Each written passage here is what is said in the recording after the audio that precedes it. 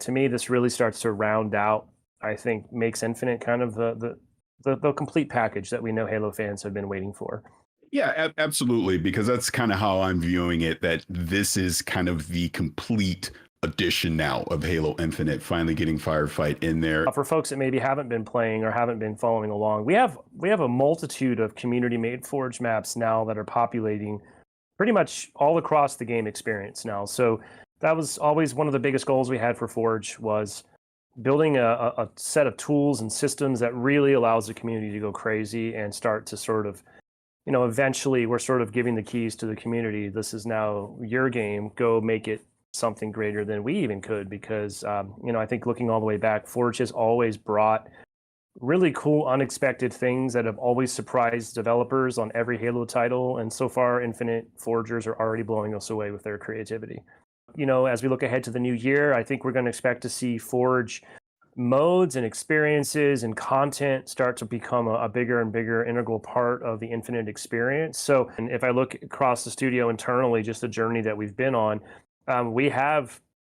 it is just a different approach now. Just the rigor and the production mentality and the way the team operates and the way things have been sort of mixed up and changed around here internally have absolutely, I think, contributed to just really empowering the creatives to just do their best work, removing a lot of friction and blockers. And we're just more efficient now, and we're able to kind of make these things a reality. We're not done. So, I mean, I think based on our track record and the way things are trending, I have all confidence that the team's going to continue knocking it out of the park, that we have a lot of exciting things still in the works. I'm also excited about how all this sort of kind of this new regime, if you will, and all this new sort of newfound success and progress, how this is going to pay off in the future as we kind of evolve the DNA of the studio. So there's longer term implications that, as I look a few horizons over, I'm very excited about where we're going.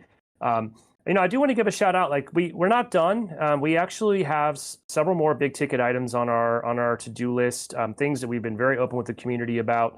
One thing I can mention right now that you may or may not be aware of is I think content, I agree, we've checked that box. I think we're at least at a point now, especially with Forge and all the stuff that's still out there that we have yet to even scratch the surface of. Like, I don't think we're gonna have a content problem in this game anymore. It is a contentious topic. It's something I at first I appreciate you. It would have been pretty disingenuous of you to have this chat and not mention it, because you're right, it is kind of a constant sort of source of noise, and sometimes the volume goes up, sometimes the community's happy. It is something that we've been kind of living with ever since the game debuted, right? Because when you take a franchise that's been around, well, now, I mean, we're quickly closing in on 25 years, but it's not the way it's been done before, right? People like, just let me pay one time, and I like when I used to have free colors and could just unlock all this stuff for free. And it is a different business model, and that ship sailed a long time ago. That's the way Infinite was built from the ground up. So it was always going to have sort of a MTX component to it, to sort of make it exist. And I do want to say, like, it's taken us time to get here, but sort of even the money that model has generated is what's even allowed us to continue being able to bring the game to the level that we wanted to get it to. So it is kind of there's a synergy there. We need that revenue to support the business. We're a business, right? Like, it is a day to day. We have to answer, and we have forecasts and things that we have to deliver and meet. And somehow we have to, the team has to balance those things. So I hear you loud and clear, Paris. I will say what I can definitely comment on is, like, the feedback is absolutely, we see it every day. We're in the conversations, we're in the meetings. I do not want to today try to speak on behalf of our engagement and monetization team. They have a lot of different requirements and sort of pressures and mandates that they're under. They've got us in their face all the time talking about player sentiment, and so I don't know what direction things may go, but I do understand that for the majority of people, there seems to be an overwhelming desire to see, can we do anything there to make things a little cheaper, make things a little bit more accessible. I don't know what direction it's going to go, but rest assured, we definitely hear it, and it's something that we're talking about a lot internally, and they're probably tired of hearing about it from us. But should people still stand by and wait for something, or is 343 stance on this? This is why we have Forge. This is why we have Forge AI, that we can basically hand that off to the community and you can create whatever adventure you want with Chief in the game. Yeah, this is definitely, well, I'm not going to cut you off because I jokingly did that at our Worlds to a person that was on stage, and that I made the Reddit front page for being some sort of monster. So I won't cut you off on that. It's a fair question. I mean, I'll be honest, we had nothing to announce today regarding any campaign content for Infinite. I'll even go a step further and tell you right now there's nothing in active development on that front.